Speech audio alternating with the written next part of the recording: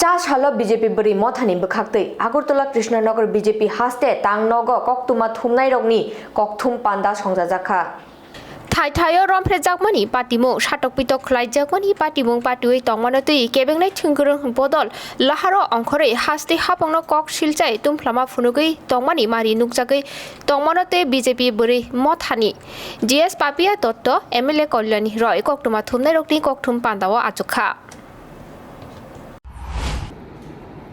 আমরা একটার পর একটা এই ধরনের ধর্ষণ নারী নির্যাতনের প্রতিবাদ আমরা সেদিনও করেছিলাম, কিন্তু পুলিশ তাদেরকে গ্রেফতার করেনি। রাজনৈতিক চাপে পড়ে মহিলা মোর্চার রাজনৈতিক আন্দোলনের ক্রমাগত চাপে সেই সময় আসামিদেরকে ধরা হতো, কিন্তু দুর্বল চার্জশিট, দুর্বল তদন্তের কারণে সেই সমস্ত মামলায় দোষীদেরকে আমরা পানিশমেন্ট দিতে পারিনি বা কোর্ট দোষীদেরকে শাস্তি দিতে পারে।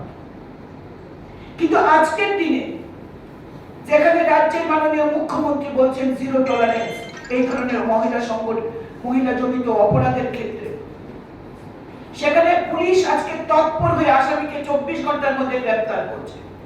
কুমারঘাটের মামলায় আপনারা জানেন 6 জনকে গ্রেফতার করা হয়েছে এবং 6 জনের মধ্যে 5 জন সিপিএম এর মদতপুষ্ট গুন্ডা এবং একজন কংগ্রেস কর্মী।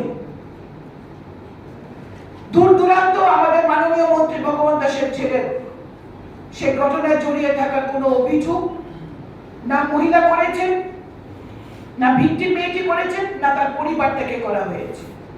এমনকি এফআইআর পর্যন্ত মাননীয় পুত্রের কোনো নাম নেই। 164 স্টেটমেন্ট দেওয়া হয়েছে মাননীয় আদালতে, পুলিশ তদন্ত করছে। তদন্তের স্বার্থে 164 স্টেটমেন্টের উপর নির্ভর করে সিআরপিসি অনুযায়ী পুলিশ অবশ্যই আসামিকে গ্রেফতার করবে। পুলিশ তার কাজ করছে, পুলিশকে ফ্রি হ্যান্ডে সরকার দিয়েছে।